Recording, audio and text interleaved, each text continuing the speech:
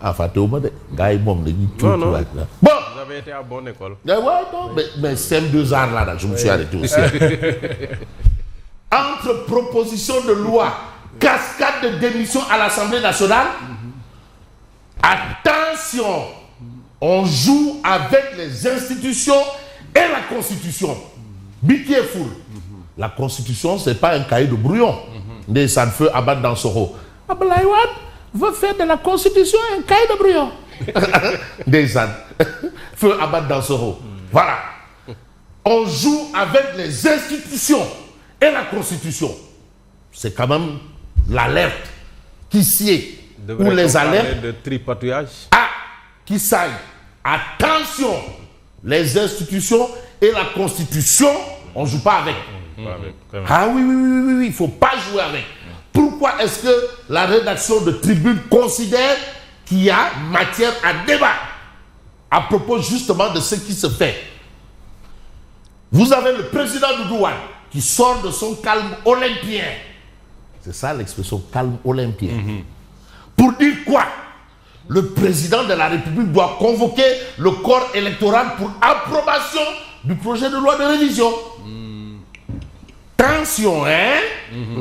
Du Mantoulaye. Mantoulaye. Vous avez Diaga Sylla, expert électoral. Bon, les jeunes, arrêtez de dire expert électoraliste. C'est péjoratif, ça. Électoral.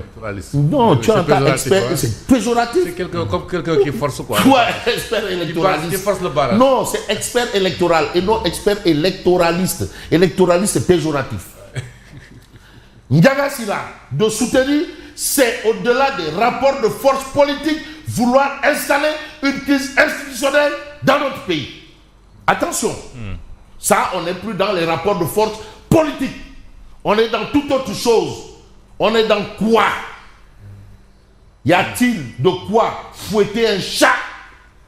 Y a-t-il péril en la demeure? En tout cas, Diaga nous dit que nous ne sommes plus dans le cadre de rapports de force politique. Il faut savoir transcender, décrypter. Attention, des démissions pour baliser la route à El Malik Ndiaye, mais lui-même démissionnaire. Voilà un peu ce que relève Tribune. Mais vous avez la Tribune libre de Thierno Magdou Aïnelo, Thierno Ibrahima Diop.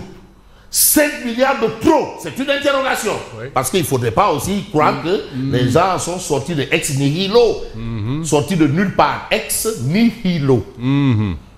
Le silence troublant autour du marché de dragage du fleuve Sénégal. Il y a eu 5 milliards de trop. Non, Et on est en train, on est en passe d'écarter un groupement composé de Sénégalais et de Maliens au profit d'un groupement chinois, c'est ça? Au profit d'un groupement chinois. Là où les Africains proposent 16 milliards, les Chinois ils proposent 22 milliards. Oui. Donc ça relève d'une chinoiserie. Chinoiserie, apparemment. Une chinoiserie. Oui. Et il parlait de patriotisme économique. Oui. Ah, non, ça va. Non, demandez. Non. C'est-à-dire, en politique, les promesses n'engagent que ceux qui y croient. C'est ça. C'est-à-dire, tout ce bruit-là, ce brouhaha-là, en réalité, c'est pour... Voilà. Bon, ben écoute, je peux dire hier que, bon, écoutez, moi, j'ai rien à cirer avec RFI et France 24. Et après, revenir vers ces gens-là, ça ne tue personne. Ceux qui m'ont cru là, c'est leur affaire. Mais voilà, vous voyez. C'est pour ça que Patrice Sadé lui dit, bon, ben écoutez, moi, je vais à Sen TV et puis on avance. Alors, comment justifier l'attribution potentielle d'un marché de plus de 22 milliards de francs CFA à un groupement d'entreprises étrangères lorsque les entreprises africaines proposaient la même prestation pour près de 17 milliards? 16 milliards et quelques. Encore, Cheikh Tidiane Dièye. Encore Cheikh Tidiane Dièye. Encore, Cheikh Tidiane Dièye, toi aussi. Voilà, c'est une interrogation. Et puis, vous avez, sur l'endettement aggravé du Sénégal, le FMI face à sa part de culpabilité historique. Mais l'histoire retiendra quoi? Affaire des 37 milliards de Azer, suite et pas fin. C'est pas fini, de dettes. Comme Renou Nyambi. Renou Nyambi, qui connaît le Renou Nyambi? Nous, TAS, Thierno Alassane Sall attendu à la section recherche afin d'apporter de nouvelles pièces à conviction. C'est pas terminé. Il en a. Ah, waouh. Malokowar, Ngaraf appelle à une mobilisation nationale pour la lumière sur les 37 milliards. Mobilisation nationale. Anna Khalisbi. Mais 37 milliards qui se volatilisent comme ça. Mais non, qu'est-ce qui s'est passé? Anna Khalisbi. Je rappelle qu'on avait acculé à lui Sall. Oui. Chacun réclamant ses 400 000. Ouais. Et aujourd'hui, pour ça, on n'a plus personne. À lui Sall. Finalement, ça s'est dégonflé comme un ballon de Bodrich. France. On prend quelqu'un, on le vilipende comme ça, on le met à la technique populaire. 6 milliards. Cette fois-ci, c'est 37 milliards. Là, c'est 37 milliards. 36,7. Non, 6 000 milliards de bobards. Ouais, de bobards. De mew.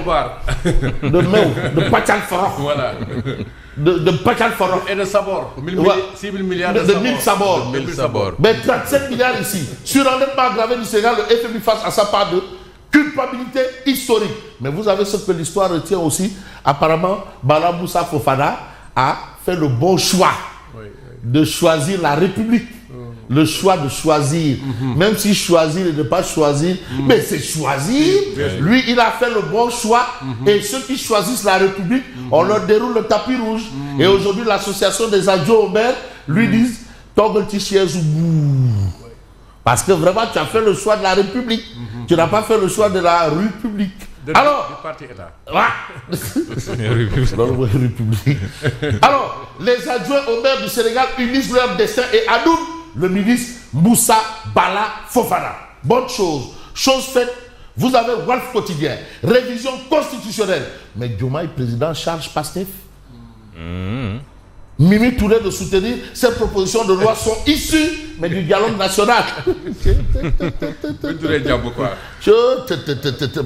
Avez-vous entendu la pique d'hier de Mimi Touré? Non, Mimi Kay. Mimi Touré nee na wax jeex na quoi léegi wax jee soppeeku wax ju bëri jeex na. wax ju bëri jeex na. Le gouvernement travaille. wax ju bëri nag lan. mais jeex na. maanaam mel. dafa doy. xam nga léegi dafa am changement parce que wax ji bëri ji moo jeex. non c'est liggéey. Si tu ajoutes le Dangkatu Duty qui ne remplit pas la poche, qui ne remplit pas le ventre, et tu as mis encore du mel. Ça devient trop. dafa tàng.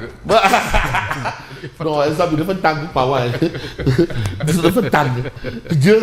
Alors, restructuration économique, controverse autour d'un possible coup KO du FMI. Ça, c'est l'observateur L'Obs. Mais l'observateur L'Obs évoque également Djambar, qui est un consortium de Sénégalais, intitulé La concession du Molkat, un ancrage sénégalais pour une vision continentale. C'est toujours ça. Délégation judiciaire de pôle judiciaire financier, 37 milliards de laser, le dossier judiciaire 100 balles. Ça, c'est L'Obs. Jean-Michel Cancan.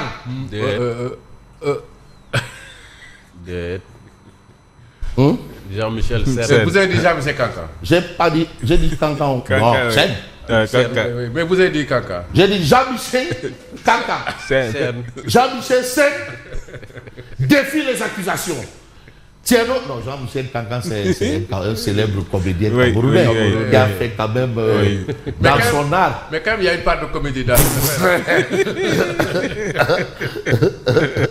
Thierno Alassane Sall convoqué à la SR des documents de transfert d'argent au cœur, bien entendu, de l'enquête. Mais si on évolue, on comprend aisément ce qu'il y a lieu de comprendre. Et puis, le point info. Oui.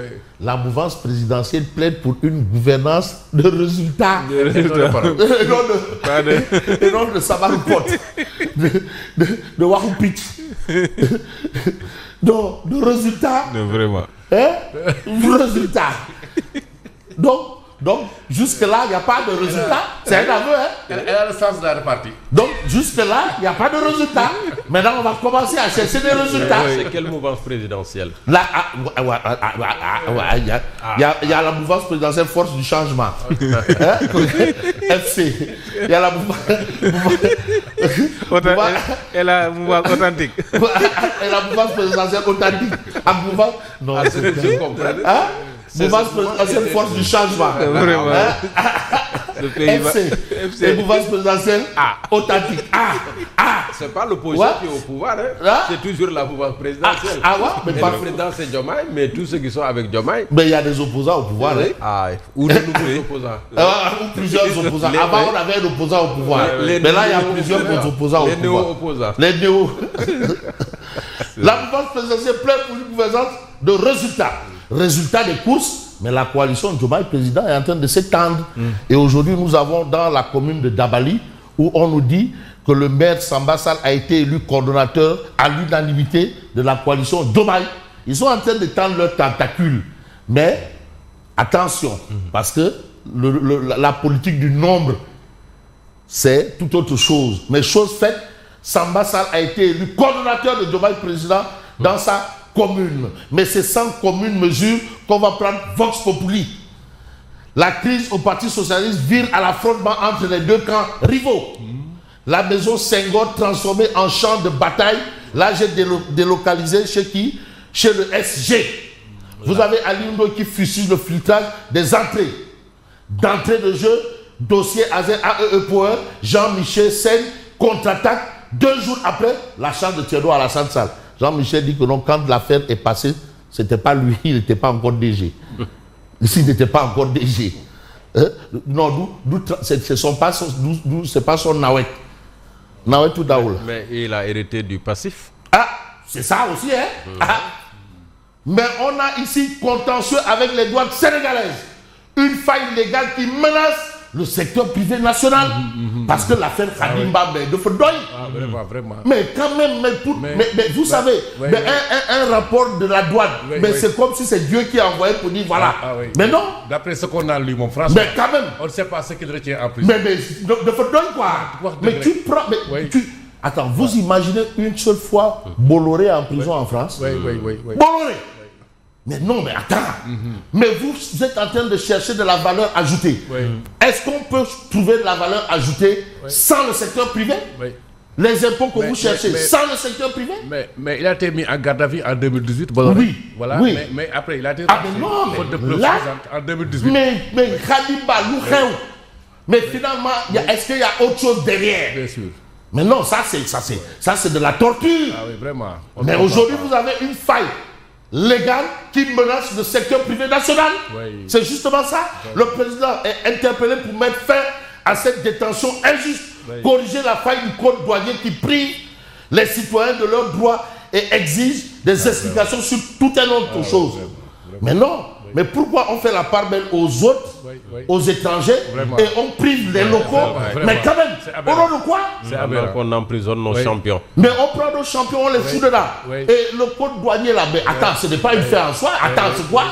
Pourquoi on veut en faire le Coran ou la Bible? Mais c'est quoi ça? Non, ça doit cesser. Libérer Khadimba, libérer Khadimba. Alors, vous avez la dépêche. C'est trop. Mais non. Mais d'après ce que j'ai lu, pas plus tard que la semaine dernière à l'Obs, mais sinon qu'ils viennent ici démontrer le contraire. Bon, mairie de ville de Tambacounda, plusieurs partis, sinon tous les partis, portent leur candidature de Maître Sidiki Kaba. Ils portent la candidature de Maître Sidiki Kaba. D'accord. Donc il y a une unanimité, une union des forces vives. De Tabapoudi à faire Sidiki Kaba, Ibn Mustafa. Sans fanfaronnade. Sans fanfaronnade. Gorou, Tata Djatou. C'est pour lui qu'il vient reprendre son bien, son titre foncier, qu'il l'occupe pleinement. Voilà un peu l'information que nous avons dans la dépêche. Crise de la dette, les solutions de l'expert en finance Malène Amadou Nya. À lire toujours dans, bien entendu, la dépêche quotidienne ce matin. Mais le point actuel nous dit Serigne Mbaye Thiam et Ali Ndoye risquent l'exclusion. Mbir Bangok au Parti socialiste. Mbir Bangok, Yassine Yangok, Djeredjef Abaraka. Merci. Njoko Ndial. Djeredjef ak merci. Souba. Inch'Allah, merci beaucoup Lucien. Et tout de suite, nous passons au journal.